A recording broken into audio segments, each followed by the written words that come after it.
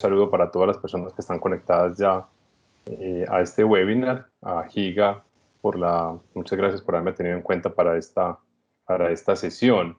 Creo que hay muchísima información en el medio y la idea es que, la idea que tenemos con esta presentación es contarles qué es lo que ha salido en relación con la legislación, así se los convocamos, un webinar sobre legislación de COVID-19, que en realidad no es tanta, como normalmente las personas tratan de decirlo, todo lo que ha salido en relación con esto. Lo que hemos encontrado, lo que tenemos, son muchas circulares del Ministerio del Trabajo que hacen referencia a normas que ya están vigentes en nuestro ordenamiento jurídico.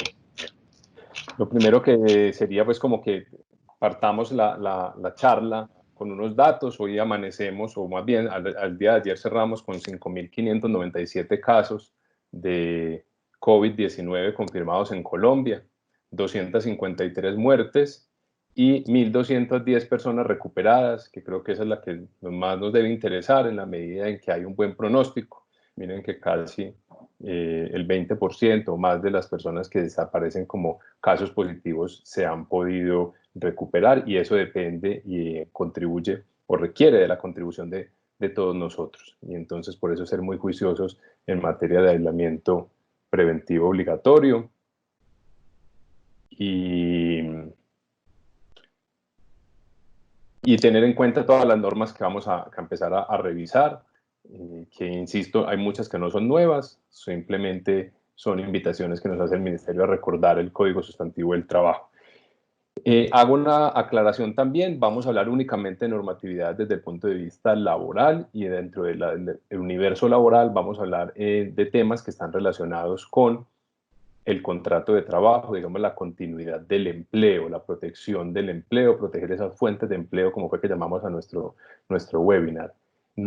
Hay muchas más, hay normas que han hablado sobre los contratos de arrendamiento civiles o comerciales, expedidas pues también durante la emergencia, hay normas que han hablado de materia tributaria, excepciones de impuestos, devolución de IVA, hay normas que han hablado también de temas sociales con la entrega de subsidios o con créditos, que no es a lo que nos vamos a referir, y también unas que están muy ligadas al tema del contrato de trabajo, de la relación laboral, que es en temas de seguridad y salud en el trabajo, que las podremos ir mencionando, pero que, insisto, la idea del webinar es hablar sobre proteger esas fuentes de empleo, proteger las fuentes de trabajo desde una mirada de la continuidad en el empleo, no desde la protección al trabajador. Creo que Juanita más adelante podrá invitarnos a otra sesión sobre esos temas de seguridad y salud de trabajo que también nos interesan tanto y que hoy dependen de que las industrias que ya están autorizadas para operar puedan ingresar. Yo me tomé el atrevimiento de llamar a esto antecedentes. Los antecedentes remontan como algo que fuera muy lejano, pero como este tema nos obliga a que día a día estamos pendientes. Ahorita a las 10:30. Hola, les voy a pedir a las personas que acaban de llegar de pronto que nos silencien los micrófonos para que no nos interfieran en la presentación.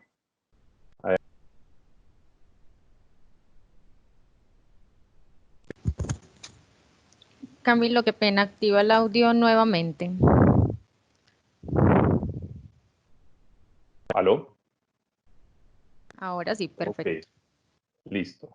Esto es normal, estamos aprendiendo en lo que es teletrabajo, trabajo en casa, compartir el espacio con más personas, que todos estemos trabajando, que nuestros hijos estén estudiando, y es normal, pero si de pronto a alguien se le olvida, recuerden ahí siempre el icono del micrófono para no interrumpir. Y aprovecho entonces, Juanita, las preguntas las pueden ir haciendo por el chat, ¿cierto? Precisamente para eso. Sí, Camilo. Las personas que se inscribieron tienen acceso al chat, escribir las preguntas. Al final también yo las reviso, hago un conglomerado de preguntas similares, te las hago, y si hay alguien que quiera hacer una pregunta diferente a las que tenemos, activa el micrófono y yo le doy entrada. Perfecto, listo. Entonces, habiendo aclarado pues, también ese tema de metodología, démosle paso a lo que es el tema que nos convoca el día de hoy. Como les decía, yo llamé esto como unos antecedentes, como si eso fuera algo muy lejano. Estamos hablando de hace poco más de un mes, pero debido pues a esta contingencia de la cantidad de normas que están saliendo. Cuando hablo de normas lo hablo en sentido amplio, no en sentido estricto pues de lo que eso implica una norma para los abogados, entendiendo que nuestro público, no todos los que estamos hoy conectados somos abogados. Entender pues que ya nos remontamos a unos antecedentes es porque fue lo primero que salió y lo que nos ha dado la pauta para lo que vamos a conversar. Lo primero es referirnos siempre a la resolución 385 del 12 de marzo del Ministerio de Salud, que es la fecha a partir de la cual Colombia declara la emergencia sanitaria en todo el territorio nacional y en principio la declara hasta el 30 de mayo. Es decir, esa resolución hoy está vigente, esa declaratoria de emergencia sanitaria, que es muy importante porque es la que nos lleva a que tengamos que modificar algunas pautas de comportamiento como ciudadanos. El segundo antecedente, digamos que es tal vez el más importante desde el punto de vista jurídico, es el decreto 417 del 17 de marzo, expedido por la Presidencia de la República, que es a través del cual se declara un estado de emergencia económica, social y ecológica en todo el territorio nacional también.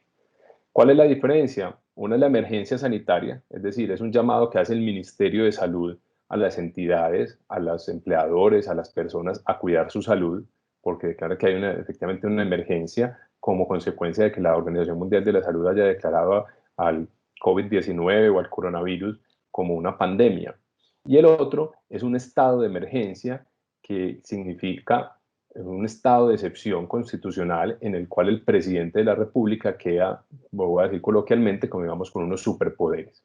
En Colombia tenemos pues la división del poder, legislativo, ejecutivo y judicial, pero en este caso, para conjurar la crisis, lo que se hace es que el presidente de la República puede tener facultades de legislar y por eso es que emite una serie de decretos que son los que vamos a pasar a conversar. Ese estado de emergencia solamente dura por 30 días, es decir, esa ya se acabó, ese se acabó el 17 de abril y por eso en los últimos días previos a ese 17 de abril fue que salió tanta producción porque era lo de normativa, en la medida en que eran los últimos días que le quedaban al presidente para poder él sacar los decretos con el asocio de sus ministros y no tener que pasar por un trámite en el Congreso de la República como es lo usual.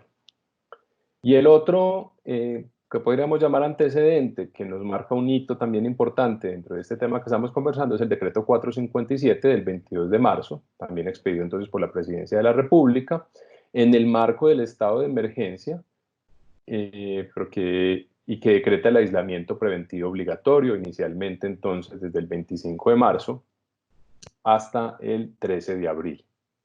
Ese estado de emergencia ya esa solicitud o ese decreto de aislamiento preventivo obligatorio ya se ha prorrogado 2 veces. El segundo, pues la segunda prórroga, que es en el que estamos actualmente, no es dentro de un estado de emergencia. Sin embargo, el presidente de la República, como máxima autoridad en materia de orden público, puede decretar. Eso, en palabras más sencillas, sería como un toque de queda extendido que nunca antes en la historia habíamos vivido. Entonces, ese aislamiento preventivo obligatorio nos marca también un hito importante porque para muchas empresas se va a constituir en la situación de caso fortuito o fuerza mayor que nos obligó al cierre. ¿Aló? Juanita. Continúa. Estamos bien, ok. Estamos bien. Listo. Bueno, entonces vamos a partir de lo que es la circular 021, dentro de estas, digamos, como primeras comunicaciones que nos había dado el ministerio que nos interesan como medidas de protección al empleo en la fase de contención, sin desconocer que desde antes ya pues el Ministerio del Trabajo había emitido algunas otras circulares, estamos hablando de la circular 17 o algo, pero que todavía no estábamos, digamos, dentro de un estado de emergencia. Colombia se estaba preparando para recibir a la situación de la pandemia. Ya estábamos hablando antes de eso, de posibilidades de, ojo, señores empleadores, si pueden, inicien con el trabajo en casa, si es posible, empecemos con medidas de autocuidado, con gel antibacterial en nuestras oficinas, con aislamiento preventivo de las personas que hayan estado de viaje, procuren cancelar los viajes y demás. Y aquí también hago una salvedad antes de iniciar con lo que es la circular 021, con su texto, es definirles que la circular no es una norma, es decir, la circular es una carta, si lo vamos a poner en palabras sencillas, que el Ministerio del Trabajo, el señor ministro, nos hace a toda la población colombiana y nos cuenta sobre alguna situación en materia de las necesidades que tiene el desarrollo del contrato de trabajo y de la normatividad laboral, pero no es propiamente una legislación. Él no tiene las facultades como lo tenía el presidente de legislar, además porque el 17 de marzo apenas acabábamos de decretar el estado de excepción. Pero para ese entonces ya el Ministerio del Trabajo estaba sacando la circular 021 y simplemente nos recordaba.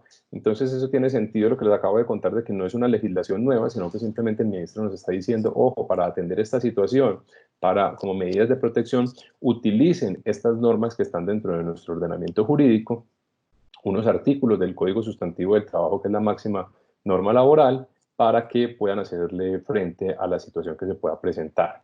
Entonces, en esa circular 021, el Ministerio del Trabajo nos dice que dentro del ordenamiento jurídico en materia laboral existe o no se prevé una serie de mecanismos que el ministerio se permite recordar y exponer. Es decir, no nos están diciendo yo me lo estoy inventando, salvo, no estoy legislando, no estoy creando, salvo lo que pongo acá en amarillo como trabajo en casa.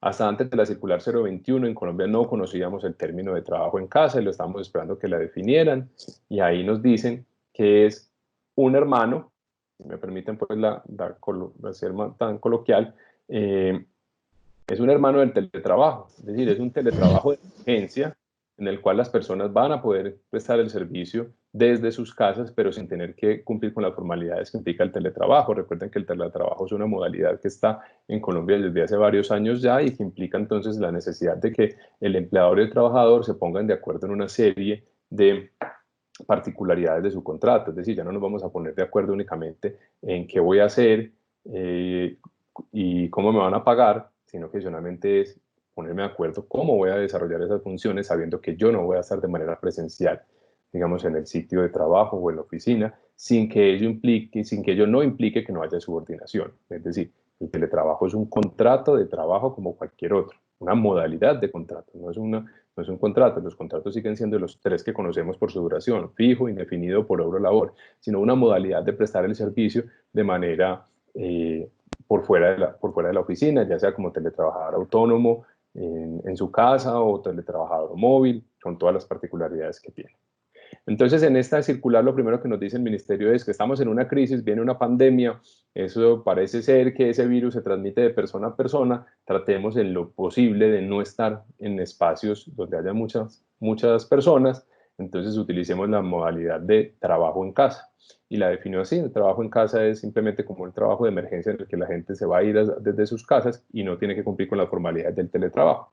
Ahora, maravilloso el que ya tuviera teletrabajo o el que pueda tomarse el tiempo para organizar ese teletrabajo, ese trabajo en casa a las medidas del teletrabajo. Recuerden que eso requiere pues de una verificación de las condiciones de espacio, de luminosidad, de ergonomía donde la persona iba a trabajar. Pero como estábamos en situación de emergencia, 17 de marzo nos están diciendo todos vamos a tener que trabajar desde la casa, no nos pongamos en eso de esperar a que Seguridad y Salud en el Trabajo vaya, verifique, revise, que Jurídica nos mande los otros sí, que firmemos, que reportemos a la ARL y demás.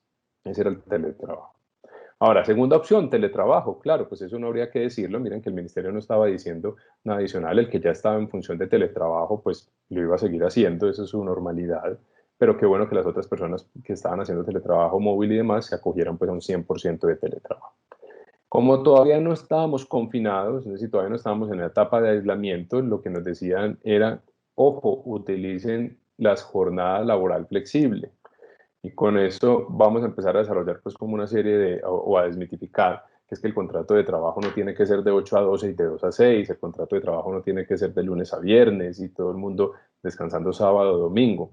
En las jornadas laborales flexibles, que todas están en los artículos del Código Sustantivo del Trabajo, en el 161 y demás, nos presentan una serie de alternativas que a veces decimos, ¿cómo puedo contratar a una persona sabiendo que yo lo necesito es para determinada actividad? Determinadas horas, determinado tiempo, determinados días. Yo no necesito que trabaje el domingo, pero no le puedo pagar el domingo siempre con los recargos de domingo. No, tenemos que salirnos y la invitación que nos hacía el ministerio era precisamente sálganse de esa normalidad, de pronto de esos modelitos de contrato que siempre estamos acostumbrados a utilizar y busquemos alternativas diferentes dentro de la normatividad. Ya nos hablaban de la jornada laboral flexible. Y con eso nos dijeron, pacte con sus trabajadores formas de que o no vayan a la oficina todos los días o que no todo el mundo entre a las 8 de la mañana, a las 7, a las 8, para que no vamos a tener congestión en el transporte público, en los edificios, en las entradas de los edificios, en las oficinas, porque estábamos buscando era mitigar. Miren que acá lo decíamos ahora, estas eran unas fases, perdón, en la fase en que estamos en contención todavía, contención. Necesitamos contener que el virus no se propague. La otra solución que nos daba el ministerio en ese momento que nos la presentaba como una alternativa era, hombre, concédale vacaciones a sus trabajadores, sean las vacaciones anuales, sean vacaciones anticipadas si era que las personas no las habían causado, o vacaciones colectivas, como también se usa mucho en algunos sectores de la industria, sobre todo en temporada de fin de año, donde para ellos es una temporada, digamos, fría. Entonces nos dijeron, aprovechen y saquen a las personas a vacaciones. En ese momento todavía no nos habían autorizado a modificar el tiempo del preaviso con el que se debe conceder las vacaciones, pero de una lectura pues, de la circular uno entendía que lo que se buscaba era eso. Recordemos aquí que es que para conceder vacaciones, que es una potestad que tiene el empleador, se debe notificarle al trabajador con mínimo 15 días de anticipación la fecha a partir de la cual comenzará su descanso remunerado. Entonces, pues si estamos en el 17 de abril, no podríamos esperar los 15 días para que notificarle que iba a salir a vacaciones, es decir, nos daba después de que ya incluso iniciáramos la fase de confinamiento. Sin embargo, eso después nos lo corrige el decreto 488 y nos da esa claridad, que ahorita la vamos a ver, pero esa era una de las opciones que también nos estaban diciendo.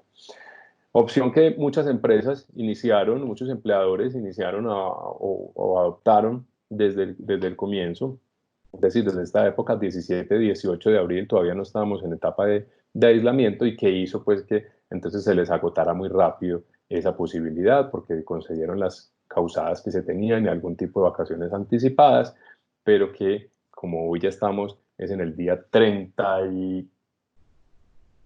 Hoy es el día 35 del confinamiento, nos queda ya muy difícil. Yo estoy perdido aquí en mi calendario. Sí, día 35. Pues imagínense, en 35 días de vacaciones nos doblan 2 periodos, entonces es permiso. Por supuesto, el ministerio también nos dice, señores empleadores, ¿por qué no les dan permisos remunerados a los trabajadores? Darle la posibilidad a las personas que no tengan que ir a trabajar y usted les sigue pagando. Esa pues era muy fácil y obvia, pero de pronto no la que nos resuelve el problema. Entonces, bajo esas posibilidades, pues muchas empresas decían desde el principio, no me sirven esas opciones que me está dando el... Hola Camilo, ya, nuevamente. Ya, Perdiste volví. conexión. Sí, bueno, Dale. eso también nos estamos acostumbrando a vivir en estos tiempos de teletrabajo, de trabajo en casa. Entonces, Así estamos es. viendo, algunos empleadores decían, yo no encuentro yo no encuentro dentro de la circular 021 posibilidades para mis trabajadores, yo no puedo dar vacaciones en este momento, a mí no me sirve la jornada flexible y demás. Y obviamente eran solamente recomendaciones del ministerio, estoy diciendo, en la circular 021 no nos legislaron, salvo el tema del trabajo en casa, simplemente nos estaban haciendo invitaciones a buscar dentro de la normatividad laboral alternativas diferentes y el ministerio había propuesto esas que conversamos hace un instante. Pero no quiere decir que desde el 17 de abril o las fechas posteriores no se pudieran tomar decisiones diferentes, como todos conocemos en algunos casos las suspensiones de los contratos. Es que, ojo, veníamos de una situación en la que algunas industrias ya estaban muy golpeadas, veníamos por lo menos en Medellín, veníamos de un pico y placa ambiental, ¿cierto? Veníamos de decisiones en las que no permitían salir a las personas en cualquier momento, por lo menos en sus vehículos, que es como más se mueve la economía, por la situación ambiental. Posteriormente empieza la crisis a nivel internacional, se limitan, como decíamos ahora, desde la circular 017 las personas que venían de viaje, y ahora caemos pues en esta circular 021 el 17 de marzo, pero habían personas que ya venían muy golpeadas y que no encontraban respuesta ahí. Por eso fue que sobre todo en los sectores de hotelería, restaurantes y todas las actividades asociadas al turismo, ya para el 17, cuando sale la circular 021, ya habían agotado algunas de esas opciones. Pero eso no quiere decir que no se pudieran hacer más, como por ejemplo la suspensión de los contratos de trabajo. No estoy aquí vendiendo pues esa idea, sino que fueron soluciones que tuvieron que tomar las empresas y que el ministerio salió pues si podemos decirlo de alguna manera, a satanizar en la medida en que no era dentro de las opciones que ellos habían propuesto.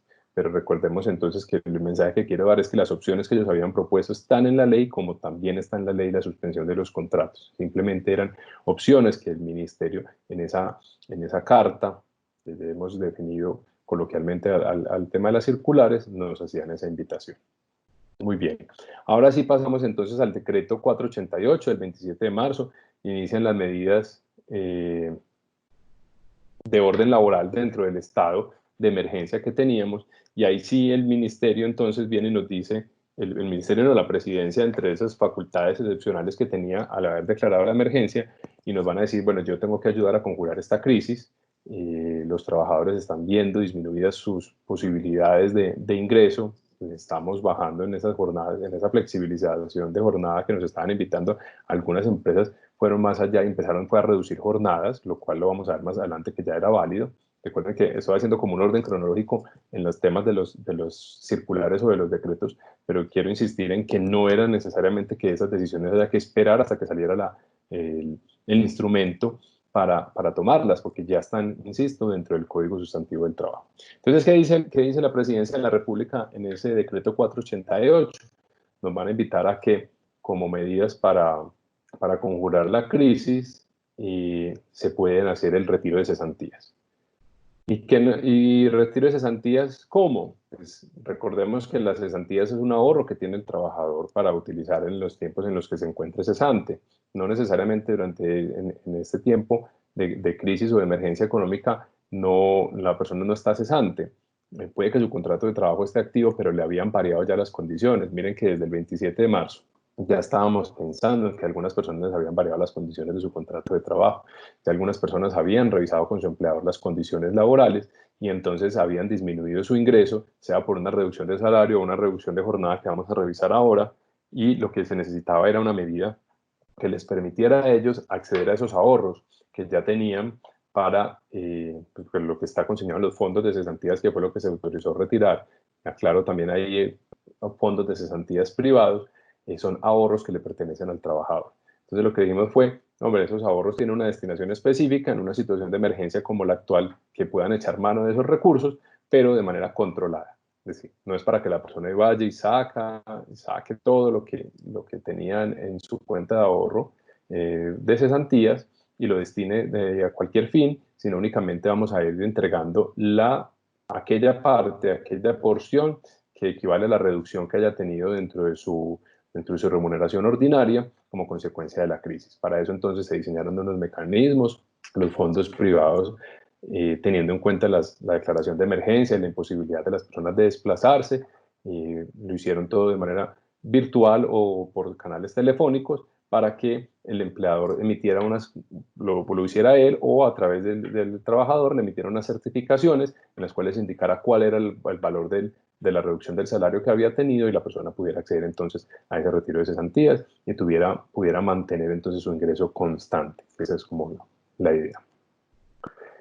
El segundo aspecto que nos regula entonces el decreto 488 es el aviso sobre el disfrute de las vacaciones. Ya lo mencioné ahora. En la circular 021 nos habían dicho, como una medida anticipada, de 10 días antes, nos habían dicho, saquen a los trabajadores a vacaciones. Insisto, es una posibilidad que tiene el empleador siempre. Las vacaciones se causan una vez se cumple el año de servicios, pero no obsta para que el empleador sea quien determine en qué fecha se van a conceder dentro del año subsiguiente, o que incluso de manera anticipada.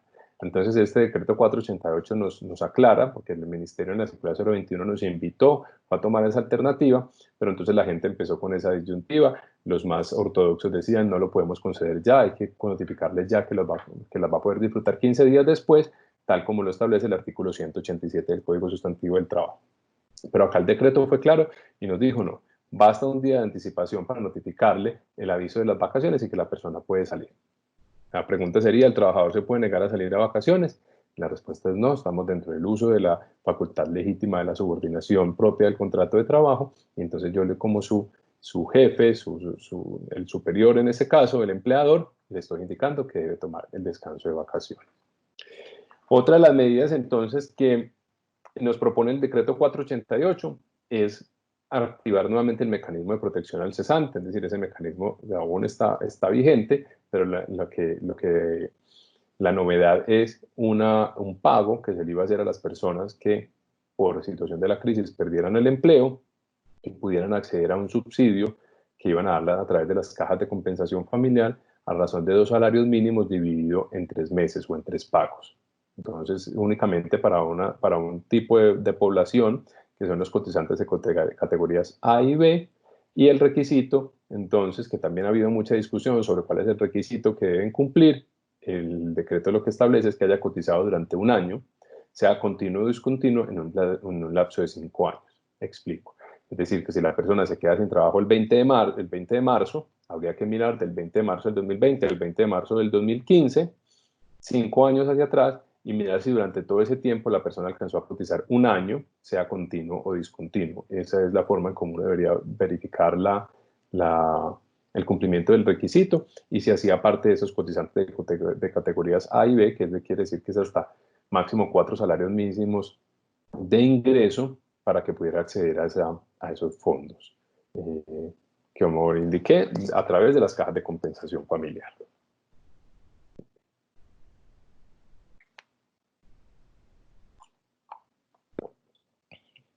Posteriormente, entonces, aparece como otra medida para el alivio de los empleadores, también el decreto 558, donde nos habla del pago de aportes al Sistema General de Pensiones.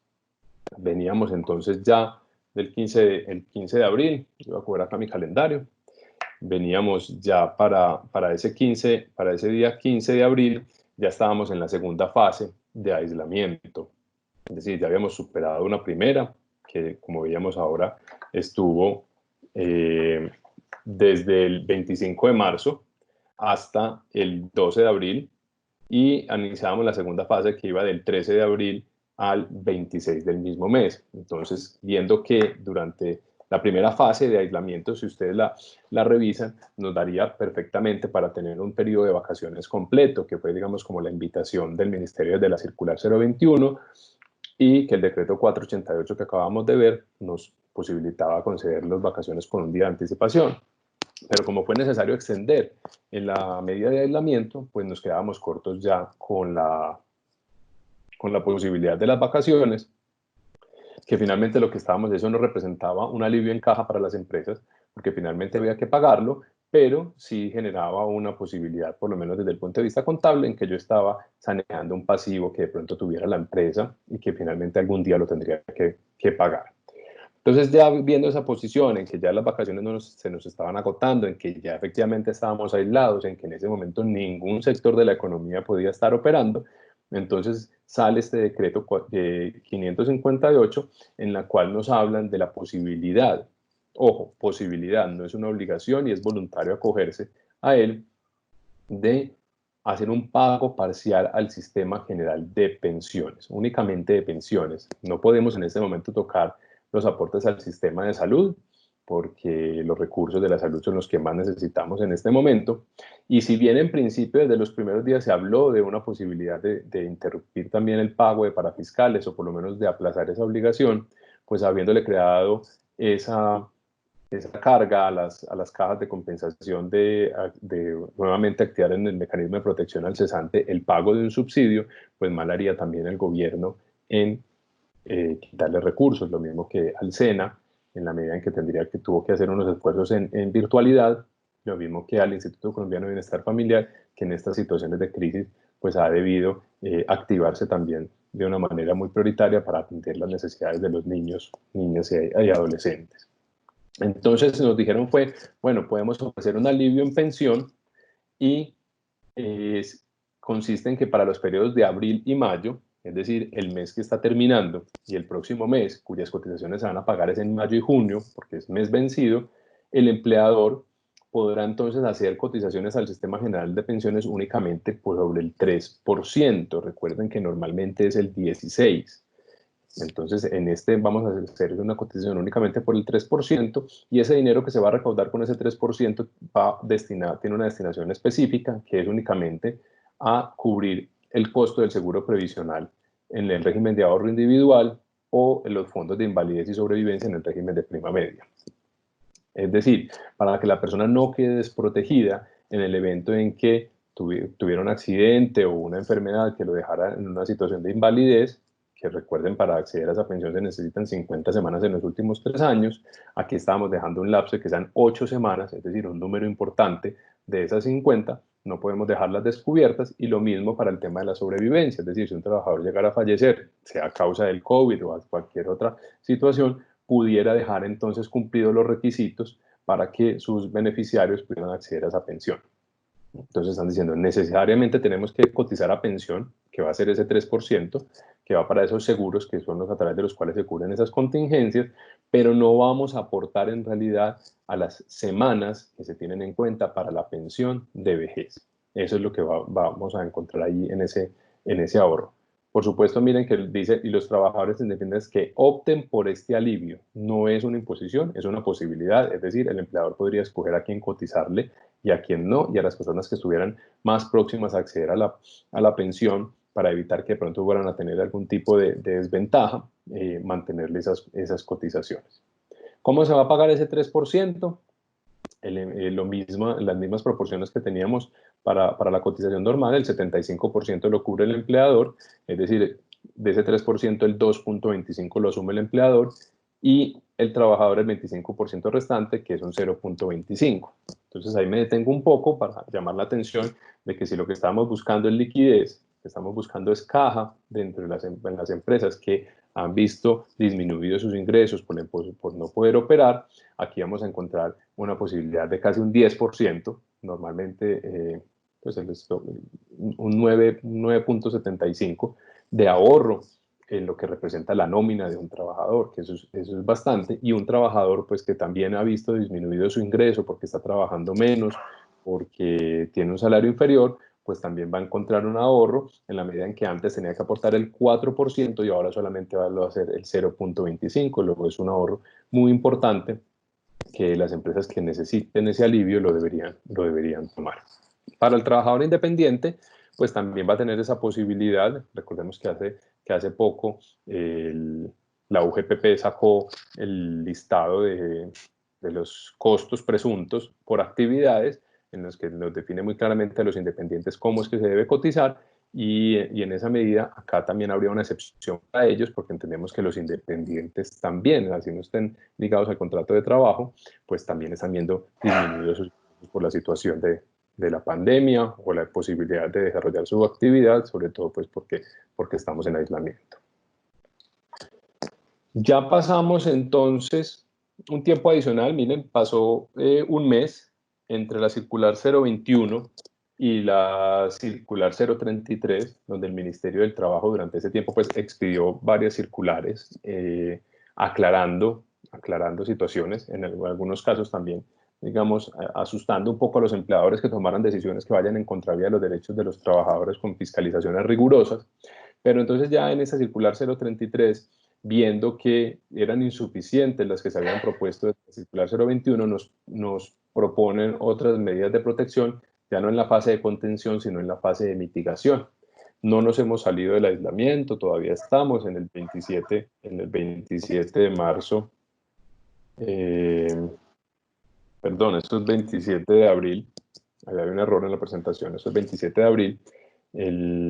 Nos emiten entonces la circular 033, y en esa circular 033 nos dicen, bueno, ya que han agotado los temas de las vacaciones, la gente que está trabajando está haciendo en teletrabajo o en trabajo en casa, ya la jornada flexible no nos es tan útil en la medida en que todavía no hay sectores que están operando. A partir del 27 pues iniciaba solamente uno, que era la construcción a ese entonces solamente estaba el de construcción, que estuvo habilitado durante la fase 2, pero construcción de obra pública. A partir del 27, entonces están diciendo, ojo, hay otros mecanismos adicionales. La primera, licencia remunerada compensable, la definió, es algo que también muchas empresas habían adoptado desde el principio de la crisis, que no es otra cosa que hacer uso del artículo 178 del Código Sustantivo del Trabajo, en el que las partes pueden pactar que se le paga por un servicio que aún no se ha recibido y se organiza o se concerta cuándo se va a prestar este servicio. En la propia circular 033 la ejemplifica como la posibilidad que tienen de las personas de organizar con su empleador cuando quieren, digamos, unir puentes, sobre todo en el tema de Semana Santa. Este año pues no la sentimos, pero normalmente la gente quiere adelantar trabajo o prepagar ese trabajo de esos días, lunes, martes y miércoles que no son festivos, para completar toda la semana de descanso. Entonces, miren que ya lo veníamos utilizando.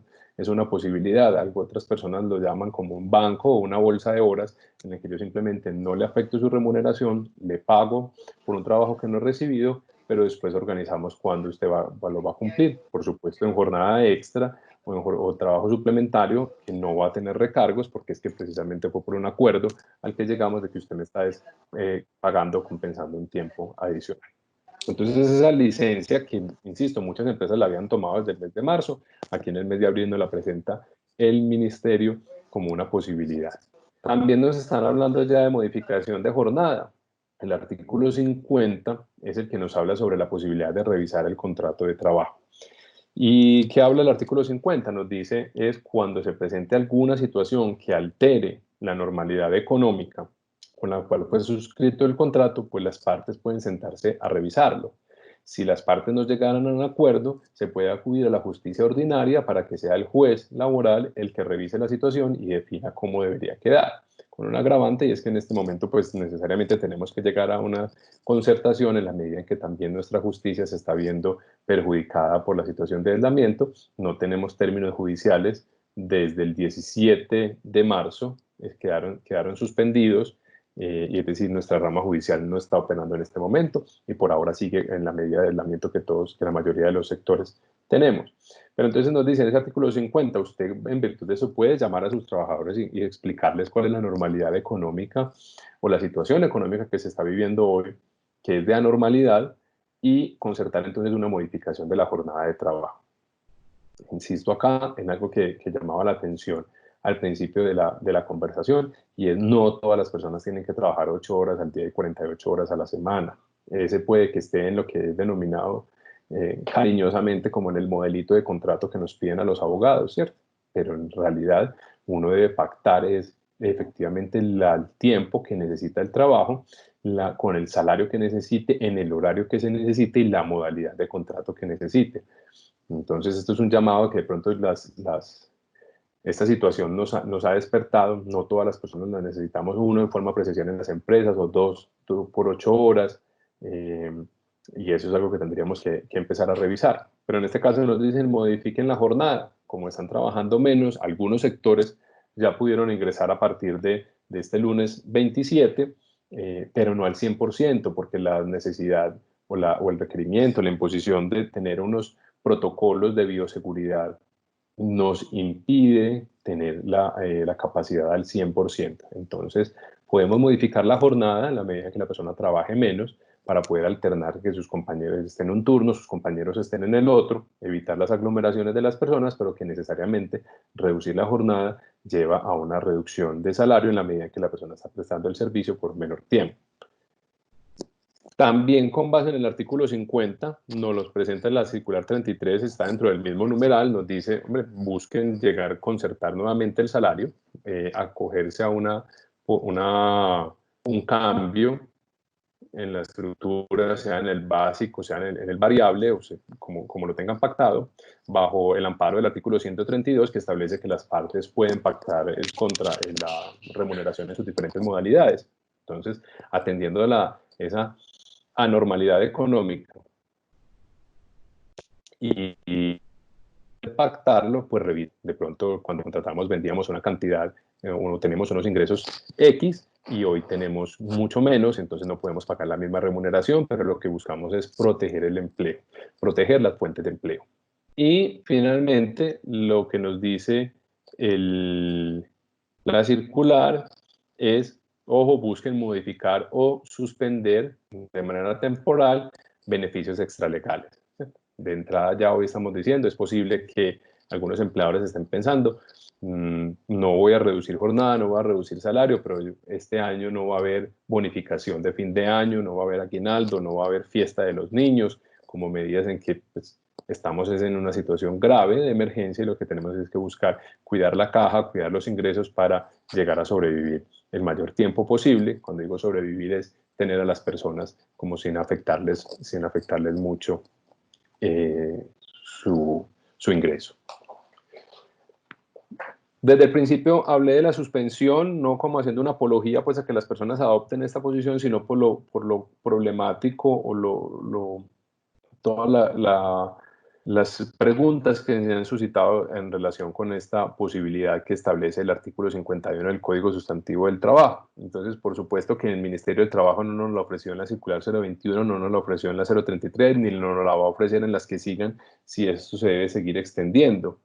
Simplemente indicar que la suspensión del contrato de trabajo es una opción válida.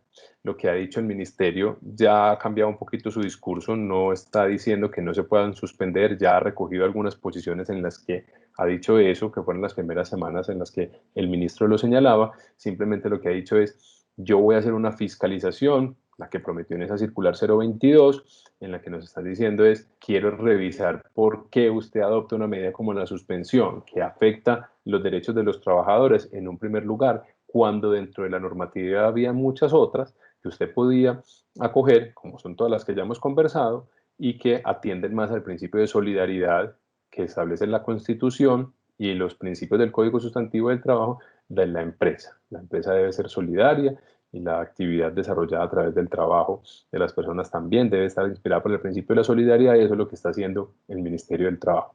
Pero ojo, no quiere decir que invocar una suspensión, por lo menos por el numeral primero, que es el que están viendo ahí en pantalla, que es el caso fortuito o la fuerza mayor, requiera de autorización del Ministerio del Trabajo, que fue la confusión que hubo en las primeras semanas. Claro que esa fuerza mayor o ese caso fortuito no es cualquiera, obviamente pues está definido que a qué corresponde esa situación como un hecho irresistible e imprevisible, pero adicionalmente que temporalmente impida la ejecución del contrato. Es decir, la sola existencia de la declaración de la pandemia, la declaración de la emergencia sanitaria, la declaración de la emergencia económica y social en el estado de excepción, por sí mismo no constituye una fuerza mayor, o por lo menos no para todas las empresas. Algunos clientes de Giga no han visto afectada su operación, por el contrario han tenido mucho más trabajo porque hacen parte de esas excepciones que nos han tenido siempre dentro de los decretos de aislamiento preventivo obligatorio y han seguido operando, es decir, para ellos no es una situación de caso fortuito de fuerza mayor.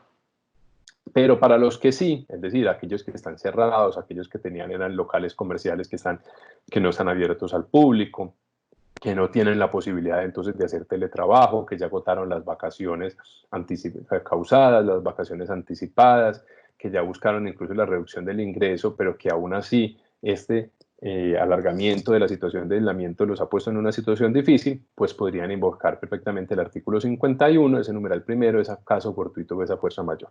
¿Hasta cuándo la suspensión? Pues como la norma lo indica, hasta que se impida su ejecución, es decir, una vez podamos entrar todos los sectores de la economía a trabajar o particularmente de la empresa que ha invocado la suspensión, pues ya no habría razón jurídica para tener el contrato suspendido y por tanto habría que iniciar nuevamente labores. No hay que pedir permiso, pero sí hay que avisar al Ministerio del Trabajo. El artículo 67 de la Ley 50 del 90 nos establece por allá en el numeral segundo en su parte final que en los casos de suspensión hay que informar. ¿Cuándo? De inmediato al inspector del trabajo del lugar donde se ejecutan las labores con el fin de que compruebe la circunstancia. Acá entonces vuelvo a la discusión que hubo en los primeros días en que el ministro decía: yo no he autorizado ninguna suspensión de contratos. Esa autorización de la que hablaba no es para la causal del numeral primero, es para la numeral tercero, que ni siquiera vamos a tocar en esta conversación, y hizo que la gente pues se confundiera y que buscara entonces otras alternativas, como la que vamos a ver más adelante, que serían las licencias no remuneradas, y que causó también una situación que debió salir a corregir. Ante esa situación de confusión, pues entonces también le tocó salir al ministro a explicar en la circular 022, que insisto, pues la mencioné ahora como fue aquella que nos prometió esas fiscalizaciones rigurosas. Dijo que el Ministerio del Trabajo no era la autoridad competente para declarar o decretar si existía, para verificar las condiciones de fuerza mayor o de caso fortuito que se hayan invocado. Simplemente, según el manual del inspector del trabajo, lo que el ministerio debe hacer una vez uno le da aviso es verificar esas condiciones. Y si vuelvo al ejemplo entonces de la empresa que tienes un local comercial dentro, digamos, un centro comercial o un lugar que está cerrado, que no puede tener afluencia de público y que por tanto no puede operar, pues lo que debería hacer el inspector es trasladarse al lugar y verificar que lo que uno le informó como causal o argumento para atender a la suspensión, pues sí estaba ocurriendo. Pero no puede valorar, simplemente verificar. Eso lo tuvo que recoger.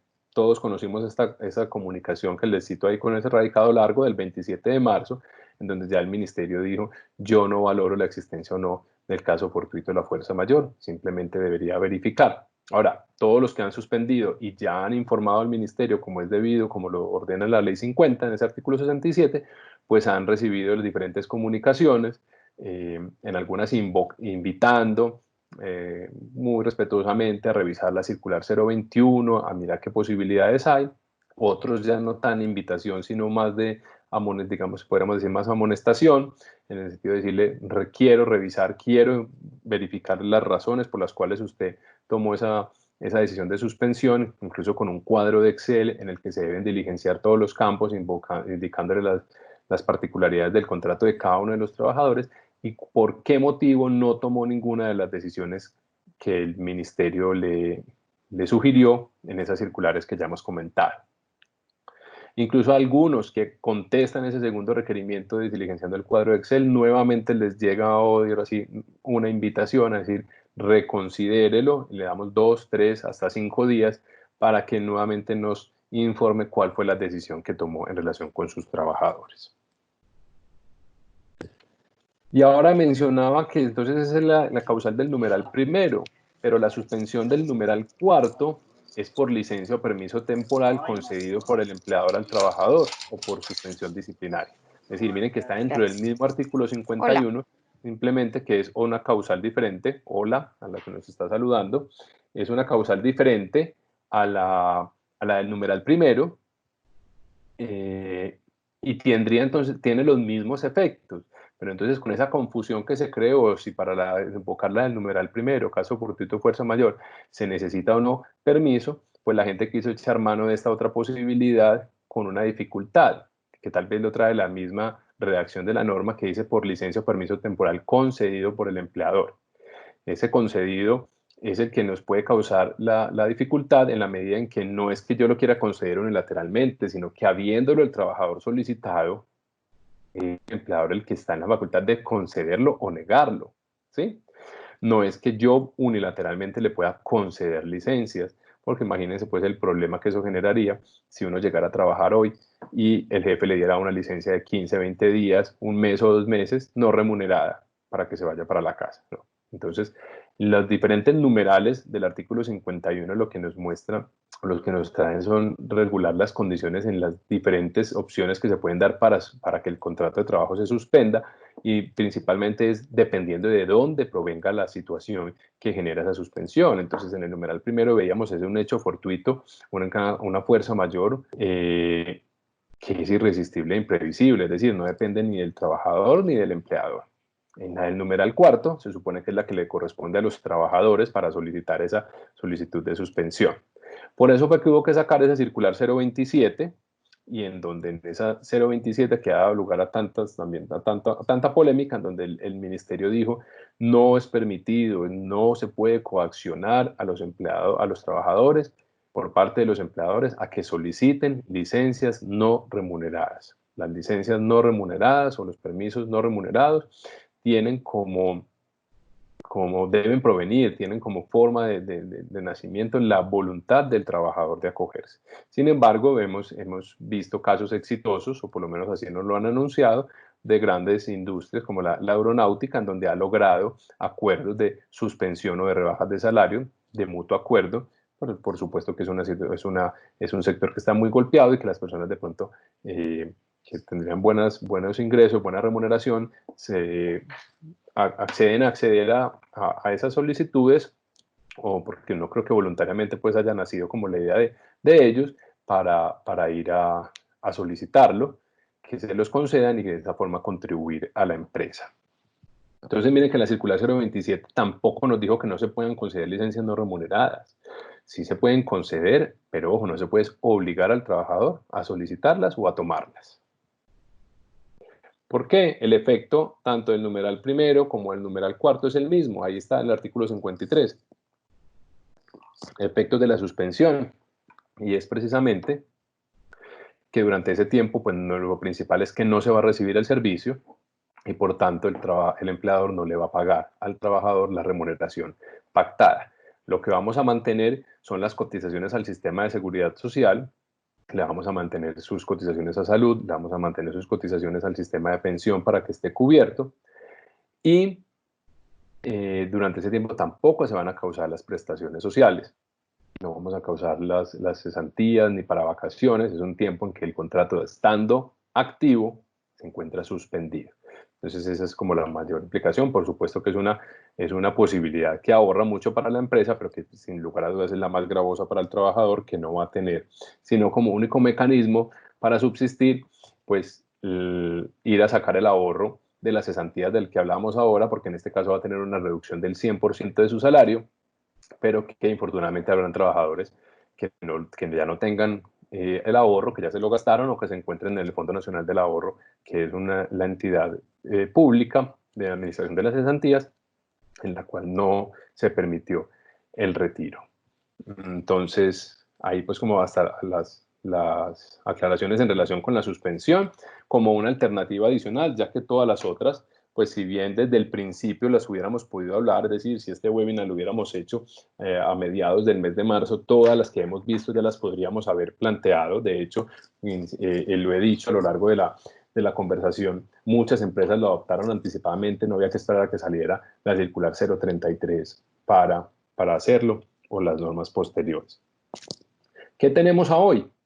Hoy tenemos entonces un decreto 593 de la presidencia. Miren que ya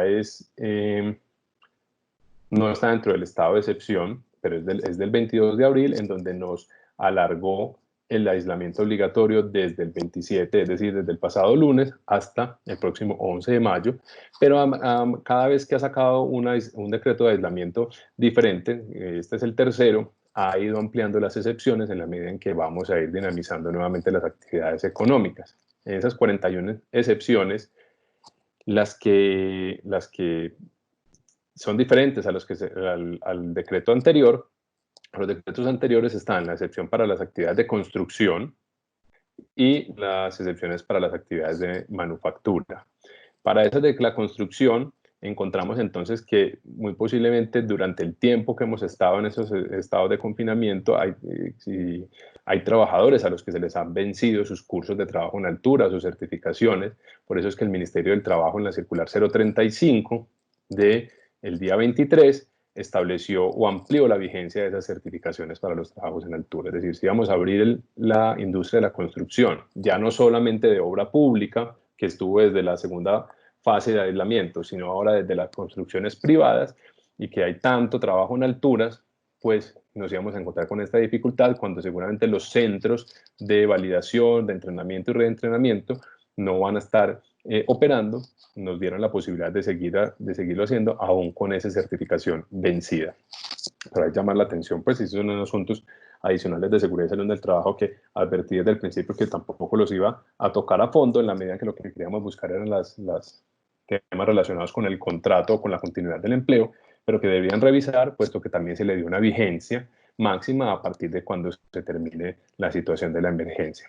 Y por supuesto, la excepción a los temas de manufactura, que había que hacer claridad sobre cuáles eran precisamente esas actividades que podían entrar a operar a partir del lunes, y por eso es que el Ministerio de Comercio expidió la resolución 498 del 26, es decir, el día domingo, indicando cuáles se entienden por las industrias de manufactura que podían arrancar a trabajar. Ahí están esas 8 posibles: fabricación de productos textiles, confección de prendas de vestir, todo lo que tenga que ver con cueros, calzados, bolsos de mano y artículos relacionados, transformación de madera, fabricación de papel y cartón, de sustancias y productos químicos, de productos de papel, productos de metal, y fabricación de maquinaria, de equipos y aparatos y equipos eléctricos, que son las que hoy tenemos.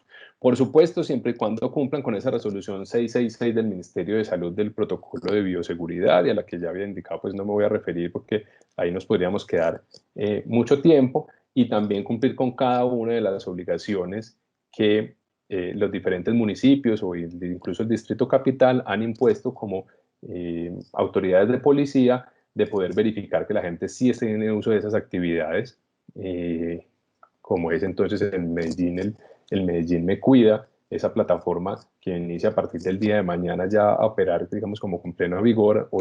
Ayer y hoy hemos estado en fases de alimentar la información. En Bogotá también hay una plataforma, creo que se llama Bogotá Reactivación Económica, en donde también en unos sectores de esos, como el de manufactura y construcción, deben inscribirse. Y tengo entendido que también ya para la ciudad de Cali salió algo parecido. Entonces habrá que cumplir no solamente con todo esto que mencioné de materia de seguridad y salud en el trabajo, resolución 666.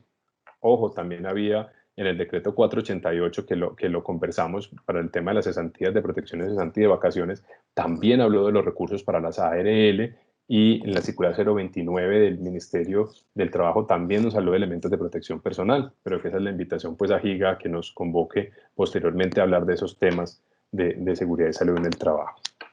Entonces, eso es lo que tenemos hoy. Si lo pudiéramos entonces mirar como a temas de conclusiones, vamos a encontrar cuatro circulares importantes dentro del Ministerio del Trabajo que tienen que ver con el contrato de trabajo, con la vigencia del contrato de trabajo y con la continuidad del empleo. Una circular 021, que es la inicial, con la que nos dieron unos mecanismos, se nos informaron, se nos promovieron unos mecanismos como era el trabajo en casa, el teletrabajo, flexibilidad del horario, las vacaciones y los permisos remunerados.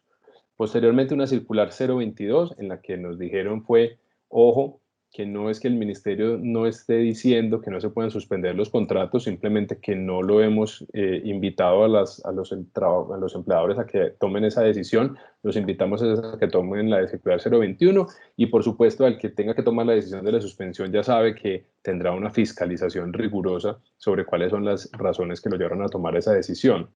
Luego la circular 033, en la que nos ofrecen unas medidas adicionales que las mencionamos ahora: la licencia compensable, la concertación de salarios y de jornadas. Y circular 035, como la posibilidad de seguir operando aún con el trabajo en alturas, aún con esos permisos o registros vencidos, para hacer pues como el resumen frente al ministerio. Y si vamos a hablar frente a decretos, es decir, normas nuevas, en realidad solamente vamos a encontrar dos, que es el decreto 488 y el decreto 558, en uno para retiro de cesantías, aviso de vacaciones y mecanismo de protección al cesante, que también conversamos, y el decreto 558 para pago parcial de cotizaciones al sistema de seguridad social. Todo lo demás ya existía, ya lo teníamos, y las personas simplemente que no hacemos uso de todas las posibilidades que nos trae el código. Es un código viejito, es un código de 1900, de regulación de finales de 1950, que desde la Constitución del 91 nos están diciendo hay que actualizarlo, que no estaba preparado para una pandemia, pero que bien o mal, miren que el artículo 50, el artículo 178, el artículo 132, los artículos 162 y siguientes de las jornadas especiales nos dan pautas y nos dan posibilidades de hacerlo, incluso hasta el mismo 51 con las posibilidades de suspensión. Entonces yo creo que hasta aquí la explicación del tema, y podríamos entonces dar paso a las preguntas. Listo, Camilo, muchas gracias. Ya tenemos varias preguntas que nos han hecho durante el webinar. Te voy a hacer unas preguntas que seguramente ya las mencionaste durante este webinar, pero entonces vamos a darles una respuesta corta, ¿te parece? Ok, adelante. Bueno, la primera pregunta es, en cuanto al teletrabajo, ¿es obligación por parte del empleador empresa disponer de las herramientas o inmuebles propios para que cada empleado pueda desempeñar su labor desde su casa? Es decir, la empresa debe disponer de escritorios, sillas, medios físicos para estas personas. Voy a dar la respuesta típica de abogado y depende, ¿cierto? Depende. Si me están hablando de teletrabajo, tendríamos que partir del supuesto en principio que sí. Ahora, el teletrabajo no es uno solo, hay diferentes modalidades de teletrabajo. Por ejemplo, los teletrabajadores móviles, es decir, aquellos que no están en un sitio fijo, sino que están utilizando, incluso lo establece la norma, unos coworking o café internet, porque están visitando clientes y demás, pues no vamos a tener la posibilidad de darle un escritorio y una silla. Pero si yo lo contraté para que fuera un teletrabajador, tendríamos que pactar esas condiciones, eso es lo que les estaba diciendo. Vamos a mirar esas condiciones físicas, ahí sí la norma que define el teletrabajo nos va a decir qué debemos hacer, cómo se debería cumplir, si vamos a enviar a seguridad social de trabajo a que verifique, si le vamos a entregar una silla y un escritorio para que esté mejor ergonómicamente y pueda desempeñar mejor el trabajo. Pero quiero hacer la claridad de que una cosa es teletrabajo y otra cosa es trabajo en casa. ¿Sí? Hacer como esa claridad. El trabajo en casa fue lo que nace a partir de la circular 021 y en ese caso no nos están diciendo, mire, el 17 de marzo cuando salió la circular 021 era contrate camiones de trasteo para que a cada persona les lleve el escritorio y la silla a la casa, porque no podíamos. Además, no podíamos poner a una persona en un camión a que entrara a todas nuestras casas y que de pronto esa persona estuviera contagiada, ¿cierto? Ya estamos partiendo de esa duda razonable y con la que nos podemos, en la que nos debemos proteger. Entonces, si es teletrabajo, sí, dependiendo de la modalidad de trabajo que hayan acordado e incluso no solamente en temas de infraestructura de física, de sillas o escritorios, como era la pregunta, sino, por ejemplo, pago de servicios públicos, pago de internet, porque el trabajador finalmente estaba colocando los que tiene en su casa. Eso versus qué o contra qué con la contrapartida, por ejemplo, interesante, que es un trabajador que no se desplaza, que es un trabajador que no necesita medios de movilización, es decir, un trabajador que no necesita auxilio de transporte ni siquiera desde el punto de vista legal. Listo, Camilo, vamos con la siguiente. Con respecto a las jornadas flexibles, nos preguntan si la empresa durante esta emergencia puede determinar la reducción de la jornada al 50%, disminuyendo el pago en esa proporción sin acordarlo con el empleado. No, la respuesta tiene que ser categórica y es no. No unilateralmente. Una cosa es flexibilizar horarios y otra cosa es flexibilizar jornada. El horario sí lo puedo modificar yo, ¿sí? Si la persona me va a seguir cumpliendo la jornada que tenía, fuera de 4 horas, de 6 horas o de 8, yo puedo modificar los horarios para que podamos cumplir con las regulaciones municipales, distritales y demás, podamos establecer de que no hayan esas aglomeraciones en el transporte público, porque el horario de trabajo yo lo puedo dentro de las facultades que tengo dentro del ejercicio de la subordinación, digamos del ius variandi, se llamaría técnicamente, podría modificar. Pero la jornada es un aspecto medular del contrato, porque como lo veíamos ahora, la jornada va atada al salario. Entonces, la circular 033 que nos invita a hacer esa concertación es precisamente bajo ese esquema, concertado. Tiene que ser de mutuo acuerdo. Y el artículo 50 que nos hablaba de la posibilidad de revisión también nos dice, revísenlo. O sea, sus argumentos tienen que ser creíbles, objetivos, que lleven al convencimiento del trabajador que esa es la forma que tiene de garantizar la subsistencia del empleo, en esta pandemia ninguno estaba preparado, ni empleadores ni trabajadores, pero todos tenemos que aportar. Entonces, si yo entiendo que reducir mi jornada a 6 horas diarias para garantizar de que yo pueda venir solo por la mañana y mis compañeros puedan venir por la tarde, y así la empresa labora de 6 de la mañana a 6 de la tarde, pero con dos turnos, decirlo así, y yo voy a reducir mi jornada, pero voy a garantizar no solamente mi empleo, sino el futuro de la empresa. Entonces esa es la forma en cómo lo tenemos que hacer ver, la forma en que se los tenemos que contar. Por supuesto, no todas las empresas necesitan en este momento reducir jornada, la gran mayoría sí, infortunadamente, pero entonces no puede ser de manera unilateral. Estaríamos tocando uno de los aspectos medulares del contrato de trabajo. Listo, Camilo. La siguiente pregunta es, durante la suspensión del contrato, ¿el empleador debe seguir cotizando por los empleados? ¿Aporta el porcentaje total empresa y empleado? Sí, esa es una pregunta recurrente y que tiene una explicación teórica y otra explicación práctica. La explicación teórica es sí, tendría que aportar lo correspondiente a los trabajadores en la medida en que ellos no van a tener un ingreso sobre el cual uno pueda descontar el 4% que les corresponde para salud y para pensión.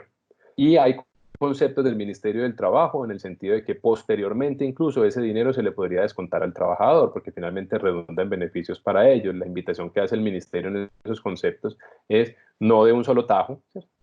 Trate como de financiarle algún tiempo esos descuentos. Sin embargo, en la práctica, en las operadores de planilla, como ven que la persona no tiene ingreso, pues existe la posibilidad de acogerlo si lo va a hacer o no.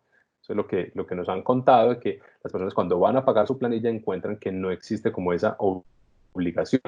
La gran duda que queda es que la persona si entra en mora en esas cotizaciones o si le pueden negar los servicios y no se los podrían negar en la medida en que no hay una novedad de retiro. O sea, el contrato sigue vigente y las cotizaciones están vigentes. Solamente que por una novedad, que como sería entonces en este caso si es suspensión, una SLN, no se cotiza.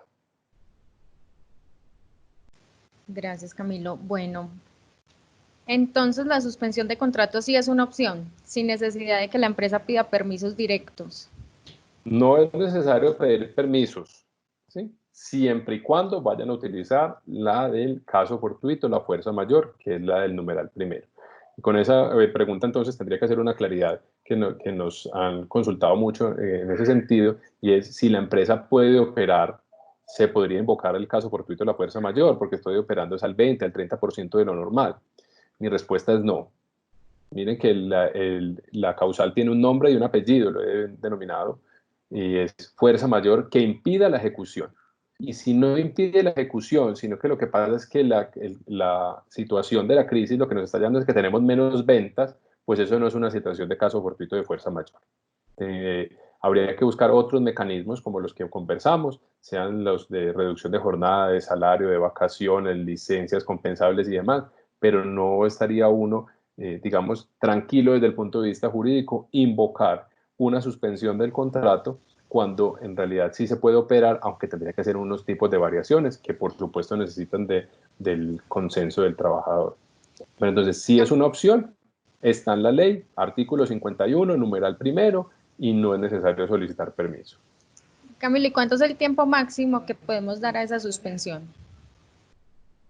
Esa pregunta también es muy buena, porque la suspensión en este caso es por un caso fortuito de una fuerza mayor. Entonces, en teoría es hasta que ese caso fortuito de esa fuerza mayor se mantenga.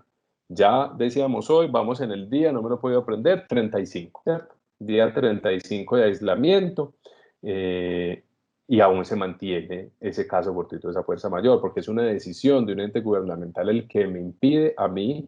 Es irresistible, es imprevisible, nadie sabía que eso iba a pasar, nadie pensaba, nunca en la historia lo habíamos tenido.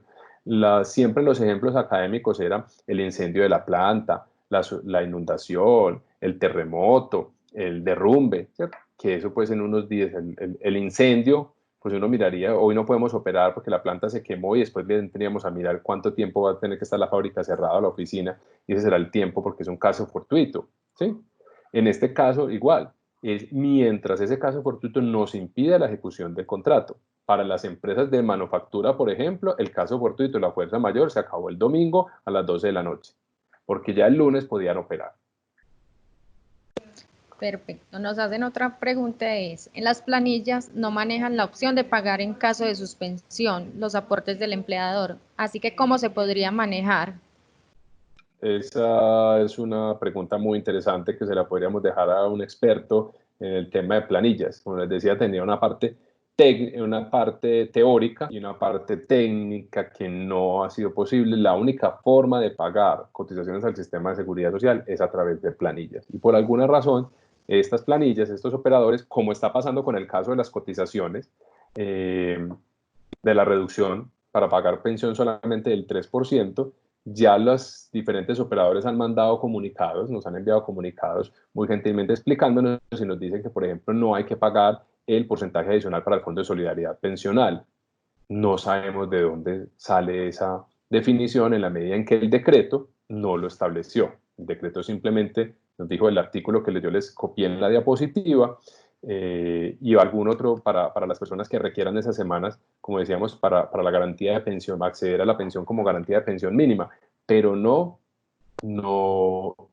hay indicado. Estamos esperando que salga la resolución que reglamente el decreto y que hagan la modificación a las planillas para entender, por ejemplo, si va a haber que pagar fondo de solidaridad o no. Entonces, en conclusión, no tengo la respuesta. Bueno, Camilo, la siguiente pregunta es, con estas modificaciones de jornada, ¿implica que se deben hacer nuevos contratos o hacer otros sí a los contratos actuales y deben ser por un tiempo o periodo definido? Cambio de contrato no. El derecho del trabajo se establece a partir del principio de la continuidad en el empleo. Y la idea es que todo el contrato de trabajo es dinámico, es decir, una persona ingresa hoy con unas condiciones, pero la idea es que permanezca en la empresa durante todo el tiempo posible y no se lo vamos a estar cambiando el contrato cada año, cada 2 años o cada vez que cambia de cargo que le incrementamos el salario. La idea es que la relación de trabajo sea solo una y en esa medida no recomendamos hacer cambios de contratos, pero por supuesto sí dejar documentados los cambios a través de unos otros sí, de unas adendas que se le hagan en los cuales se pacten las nuevas condiciones. La invitación que hace el Ministerio en la circular 033 es que esos cambios de jornada y de salario sean únicamente como medida para conjurar la crisis. Por supuesto, para algunas industrias, la crisis no se acaba en el momento en que pueden volver a operar. Es decir, el de manufactura que ingresó hoy, los que pueden hacer artículos de cuero, no es que a partir de hoy ya empezaron a vender. De hecho, hoy están operando nuevamente, pero el comercio sigue cerrado. Entonces, las partes sí deberían pactar que si bien no va a ser el tiempo de la crisis, porque eso es una invitación, insisto, circular del ministerio, en mi lenguaje común que ustedes me autorizaron para esta charla era una carta. El ministro nos dice, yo les planteo que hagan esta posición, esta solución durante esta crisis, pero eso no quiere decir que las partes que finalmente son el empleador y trabajador, quienes son los dueños del contrato, puedan modificarlo, es decir, va a ser el tiempo de la crisis entendida como emergencia sanitaria o aislamiento, porque la emergencia sanitaria incluso va hasta el 30 de mayo, y un tiempo adicional, 1 mes, 2 meses, 3 meses. O finalmente, decíamos, vamos a tener unas nuevas realidades en donde nos vamos a encontrar que es que durante este tiempo en que hubo que tener reducción de jornada, nos dimos cuenta que usted es igual de productivo si trabaja 6 horas y que nosotros usamos el modelito de 8 horas, pero definitivamente desde el principio lo hemos debido contratar a 6 horas. Pero serán las partes las que le definan el tiempo o la duración de esos cambios. Listo, Camilo. Vamos con las últimas 4 preguntas, ¿te parece? Camilo. Hola. Vamos con las últimas 4 preguntas. Okay. ¿Dónde se le envía la información al Ministerio de Trabajo de las suspensiones de contrato? Hay un correo electrónico que están operando. Hola. Sí, Camilo, Juanita. te escuchamos. ¿Te escuchamos? Sí, ok. Hay un correo electrónico por acá lo tengo, en la resolución 784 del 17 de marzo, suspendió términos también para el Ministerio del Trabajo, es decir, desde el 17 de marzo, así como la mayoría de las entidades públicas que les mencionaba ahora, la rama judicial, por ejemplo, el Ministerio del Trabajo también cerró sus puertas de atención física, pero dejó canales virtuales. Entonces, en esa resolución 784, para que la busquen en la página del Ministerio, en las últimas hojas están los correos electrónicos oficiales de las diferentes territoriales. Para el de Antioquia, ya que lo hemos usado tanto, es dt, de Dirección Territorial Antioquia, @mintrabajo.gov.co. E incluso está el correo del director, los teléfonos y los canales. En todos los requerimientos que está haciendo el ministerio, están poniendo esos canales virtuales a través de los cuales ellos están atendiendo. Hay un chat en la página, hay una línea telefónica. Pero entonces les repito, resolución 784 del 17 de marzo, ahí nos explica a nivel nacional cuáles son los correos electrónicos a los cuales se debe informar. Listo, Camilo. La otra pregunta es, con los protocolos establecidos para prevención del COVID, ¿la empresa dota de elementos de protección es sancionable y causal de despido a un trabajador que no cumpla con los protocolos?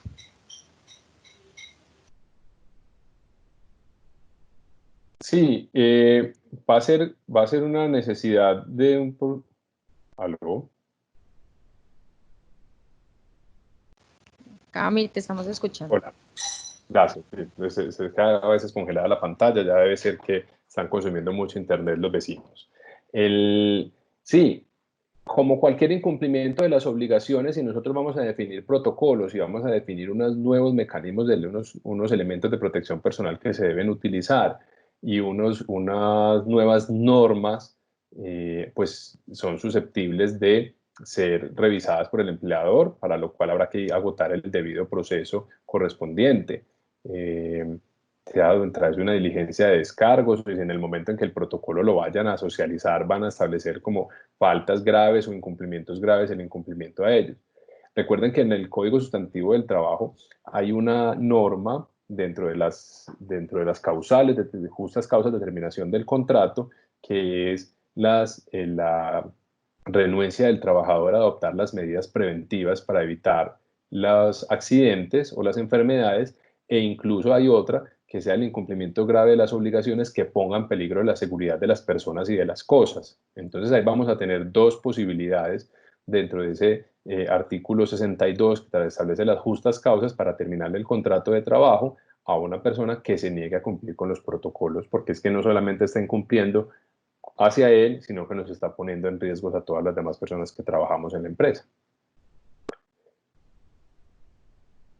Listo, Camilo. Vamos con la última pregunta y es, ¿qué sucede con las deducciones de servicios funerarios y pólizas de vida, comisiones si los colaboradores no están recibiendo salarios? ¿Puedo pagar una comisión pendiente a un empleado que tiene todo el mes de licencia remunerada y no remunerada? Bueno, ahí estamos mezclando varias cosas. Lo primero, frente a las deducciones, pues si no hay salario, será la justificación para establecer que el empleador no puede hacer esos descuentos, es decir, no va a haber una base sobre el cual hacer las retenciones, lo cual no obsta para que el trabajador no quede en mora ante esas entidades, lo mismo que pasa con las operadoras de libranza. El trabajador lo que tiene que hacer es verificar si esas entidades están dando unas posibilidades de alivios, unos periodos de gracia, unos tiempos en los que no van a estar en mora, porque si no va a poder pagar esos servicios a través del empleador, pues deberá acudir a la entidad a renegociar o a ir a pagar, ¿sí? Algunos operadores de libranza lo que han dicho es el empleador es el que define si le va a descontar o no y es el que debe informar al operador de libranza. Finalmente, para las empresas lo que tenemos que tener en cuenta es que nosotros somos garantes de esas obligaciones, es decir, si el trabajador hoy está recibiendo pagos, a menos de que traiga una autorización o una carta de un alivio propuesto o otorgado por la entidad a la cual se le va a hacer el descuento, tendríamos que seguir haciendo los descuentos, porque si no, el trabajador va a entrar en mora y nosotros vamos a quedar como garantes de esa obligación. Pero si finalmente no hay contrato, perdón, no hay remuneración porque el contrato está suspendido, pues no va a haber un ingreso sobre el cual hacer la deducción y por tanto entonces no vamos a tener ese riesgo para el empleador pero sí para el trabajador que posiblemente quede en mora frente a la entidad. Entonces, por eso invitar a los trabajadores a que se pongan en contacto con ellos, obviamente que no vayan de manera presencial, que se acojan a correos electrónicos o líneas que todas las entidades hoy están teniendo para atender esas inquietudes. Ahora, me preguntabas también sobre el pago de comisiones. Pues si no está ejerciendo la actividad y no está causando la comisión, pues obviamente no habrá que pagarla, pues no sé de que tengan pactado unas comisiones garantizadas o un mínimo de remuneración si no cumple con la cuota de ventas y demás. Ahora, si es una comisión que estaba pendiente por pagar, porque por ejemplo la comisión tiene una doble condición, una parte se paga al momento de la venta y otra al momento del recaudo, y hoy aunque el contrato de trabajo no esté vigente, se recaudó, no esté activo en el pago, pero si el contrato sí esté vigente, se recaudó el valor correspondiente y sobre eso hay una comisión, se le podría pagar. Ahora, habría que mirar porque entonces vamos a tener una nómina donde dice no pago y entonces sobre qué vamos a hacer las deducciones y las cotizaciones al sistema de seguridad social, porque sin lugar a dudas, si es el pago de una comisión, es salarial. Entonces habría que revisar en detalle el caso y mirar cuál sería la mejor opción para el trabajador, pero sí tendría derecho a que se la pague. Y tal vez había una tercera pregunta en esa. No, Camilo, tengo una pregunta que me parece muy importante y es, ¿cuántos periodos de vacaciones se pueden conceder de manera anticipada? Esa es muy buena. No hay respuesta, pero por lo menos desde la norma, ni desde la invitación del ministerio, pero sí, digamos, desde el punto de vista práctico. Y es, ya las personas que tienen vacaciones anticipadas, es posible que hayan causado su periodo, que no han cansado su periodo, pero que disfrutaron del periodo de vacaciones, digamos, en fin de año. Es decir, apenas vamos a iniciar el mes quinto y ya van a tener gastadas sus vacaciones que van a causar de aquí al año 2021 y que de acuerdo con la norma el empleador la puede conceder dentro del año subsiguiente, es decir, entre el 21 y el 22. Entonces la recomendación práctica sería no conceder más de un periodo de vacaciones de manera anticipada. Primero, pues porque no vamos a saber hasta cuánto nos vamos a extender esto y es posible que entonces el trabajador ni siquiera vaya a poder alcanzar a causar esas vacaciones trabajando para nosotros.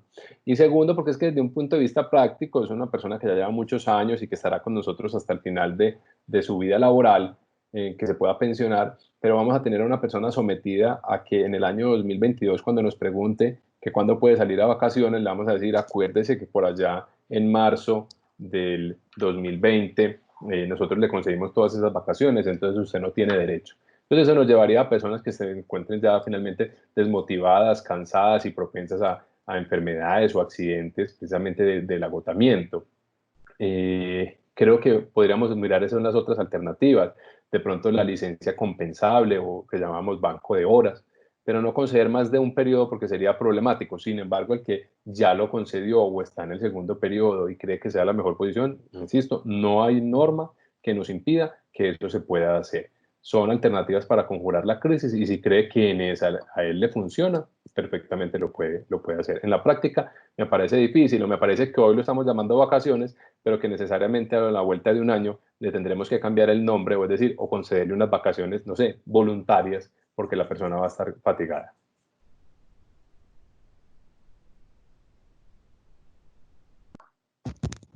Camilo, queremos darte las gracias por darnos de tu tiempo, este espacio, tu conocimiento. A todos los asistentes, muchas gracias. Recuerden seguirnos en las redes, estamos ahí constantemente poniendo información, los webinars que tenemos.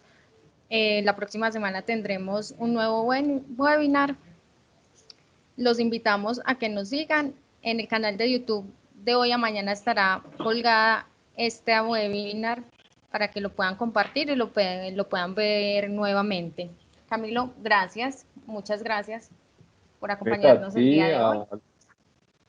A Giga, a Giro, a sus directivas y todo su personal, un reconocimiento muy especial por el compromiso que tienen en este tiempo. No ha sido fácil para nosotros como empresa que nos vivimos del trabajo de las personas que se vean tan afectadas, y a todas las personas indicarles pues, que esperamos que esta información les haya sido útil y les pueda servir para tomar las mejores decisiones, porque de esta todos saldremos de manera fortalecidos y si trabajamos de manera juntos. Un feliz resto de día para todos. Así es, Camilo. Muchísimas gracias. Recuerden, el webinar de la otra semana son requisitos de bioseguridad para el regreso al trabajo. En nuestras redes tenemos el nuevo portafolio COVID-19 Giga para que lo revisen y se activen con nosotros. Feliz resto de día a todos. Cualquier duda, comuníquense con su gestor de servicio o escríbanos en nuestros canales. Feliz día.